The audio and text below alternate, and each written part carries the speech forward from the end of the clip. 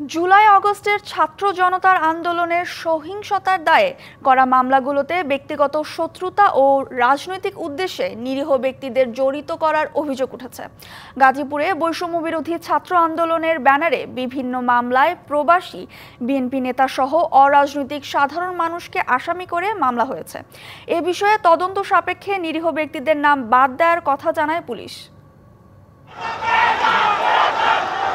জুলাই আগস্টের গণ অভ্যুত্থানের আন্দোলনে ছাত্র জনতার পাশে থেকে একাত্মতা প্রকাশ করে মাঠে নামে বিএনপি। অভিযোগ উঠেছে ফ্যাসিস্ট সরকার পতনে ভূমিকা পালন করলেও দলটির নেতাকর্মীদের হয়রানি করা হচ্ছে বিভিন্ন হত্যা মামলার আসামি করে। এমনকি আন্দোলনে আহতদের আত্মীয় স্বজনকেও করা হচ্ছে আসামি। শুধু তাই নয়, প্রবাসী সংবাদকর্মী কাউকে বাদ দেওয়া হচ্ছে না এসব মামলা থেকে। প্রায় 4 মাস হসপিটালে থাকার পরে আমি মোটামুটি সুস্থ হই, তারপর আমি বাসায় আসি। এখন আমার পরিবারের লোকজন সেই বৈষম্য বিরোধী মামলায় তাদেরকে ফাঁসানো হচ্ছে।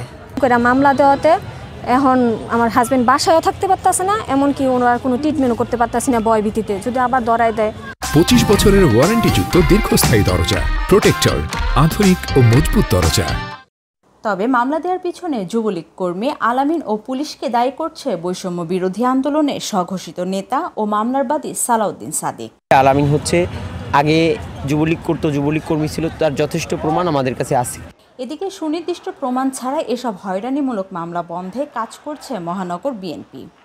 আমাদের দলীয় প্রেসিডেন্ট সেক্রেটারি সহ থানার এবং ওয়ার্ডেনের টিভিদেরকে দায়িত্ব দেওয়া হয়েছে যে তারা যেন একটা তালিকা করে যে আসলেই তারা এলাকার ষড়যন্ত্র করে বা শত্রুতামি করে দিয়েছে কিনা, সেটা আমরা দেখে আমরা তালিকাগুলো নিয়ে তারপর আমরা একটা ব্যবস্থা নিব। সঠিক তদন্তের মাধ্যমে আসল দোষীদের সাজা নিশ্চিত করার আশ্বাস পুলিশের।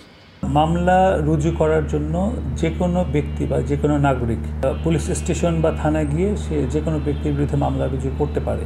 পুলিশের কাজ হলো সঠিক তথ্যটা সংগ্রহ করা, এবং সঠিক তথ্য সংগ্রহের ভিত্তিতে পুলিশের যিনি তদন্তকারী কর্মকর্তা তিনি প্রতিবেদনটা দাখিল করেন। সঠিক তদন্ত সাপেক্ষে আসল দোষীদের সাজা নিশ্চিতের দাবি সাধারণ মানুষের। মাহমুদা শিকদার, ডিবিসি নিউজ, গাজীপুর।